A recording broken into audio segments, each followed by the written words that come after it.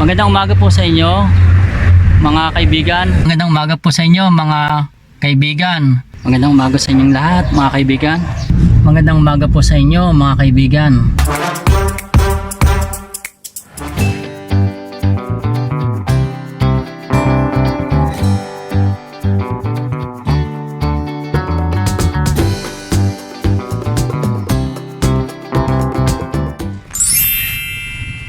Hello po. Ngayon po, i-discuss ko po sa inyo yung ceiling. After ng pag-install po nila ng fiber cement board, 60 cm each alignment, no? Then after nilang install yung fiber cement, bibigyan ko po kayo ng tip na dapat yung fiber cement board ay hindi magkadikit, no? Mag-iwan kayo ng gap,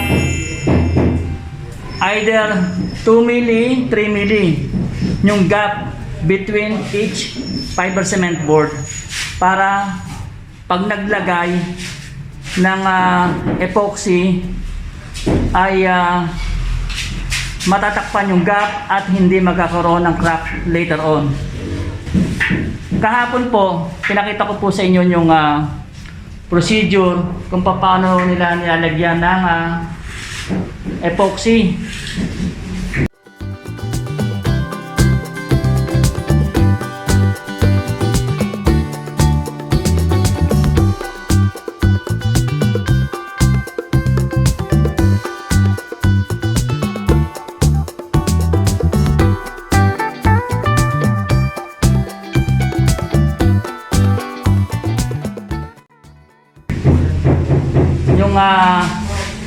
Kesame.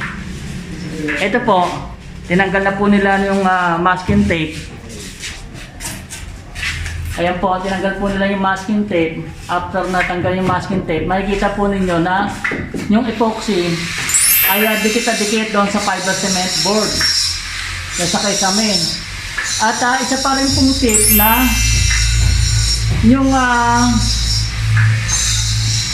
rivet niya ay ginagrinder para magpantay siya.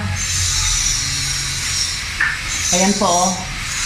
After ng epoxy, applying epoxy, then kinabukasan, pwede nang lagyan ng masilya o pati using skin coat.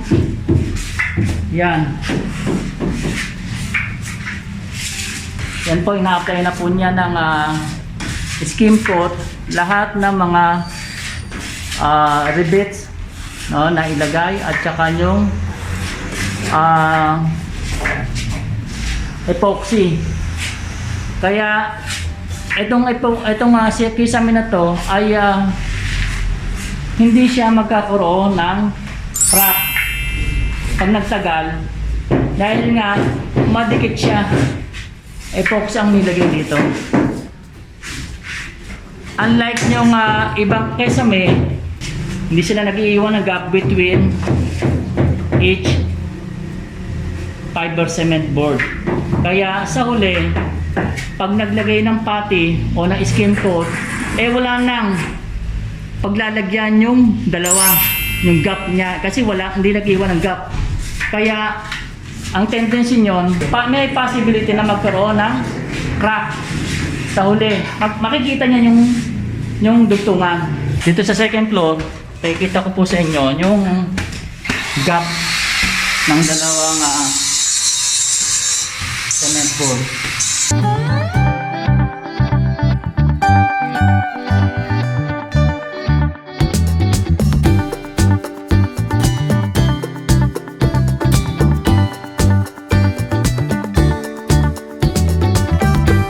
Lahat po yan ay ginamitan po namin ng epoxy.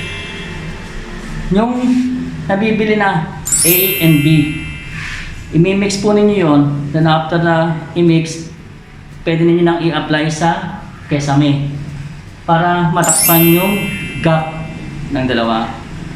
At yun ay magpapatibay para Sa pagmatagal na, hindi na lalabas dugtungan.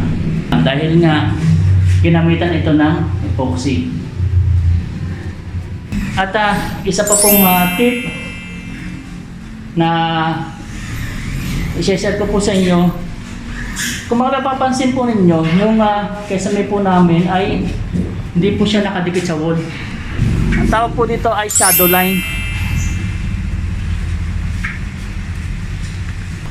At kadalasan po sa mga nagkikesame ay hindi nila alam tong shadow line. Karamihan alam nila yung wall angle. Ito yung wall angle. Halos sa karamihan ng mga nagkikesame ito yung ginagamit nila. Mahirap talagang mahirap haligilahapin tong shadow line. At ito actually naghanap pa ako ng supplier nito. At may nakita pa akong supplier sa Quezon City. At ayun po, doon na po ako nag-order. Wala po kasi sa hardware nito. Shadow line or W angle. Kasi letter W siya. Kaya kapag nilagay siyang ganon, magandang tingnan dahil nga meron na siyang groove sa gilid. Ito po ay nagko-cost ng 76 pesos to 80 pesos per 3 meters. Yan ang presyo po nito. Pero do sa wall angle, hindi ko alam kung magkano po yung presyo niya. Hello po. Okay. Sana po meron kayong natutunan sa akin po ibinahaging share tungkol sa pag-install ng ceiling. Maraming po salamat sa mga nag-subscribe sa akin at sa mga viewers ko po. Maraming po salamat sa mga hindi pa po nag-subscribe. Please subscribe, like and share my YouTube channel para po sa mga update po ng mga tips para sa pagpapagawa ng bahay. Maraming po salamat. God bless and stay safe.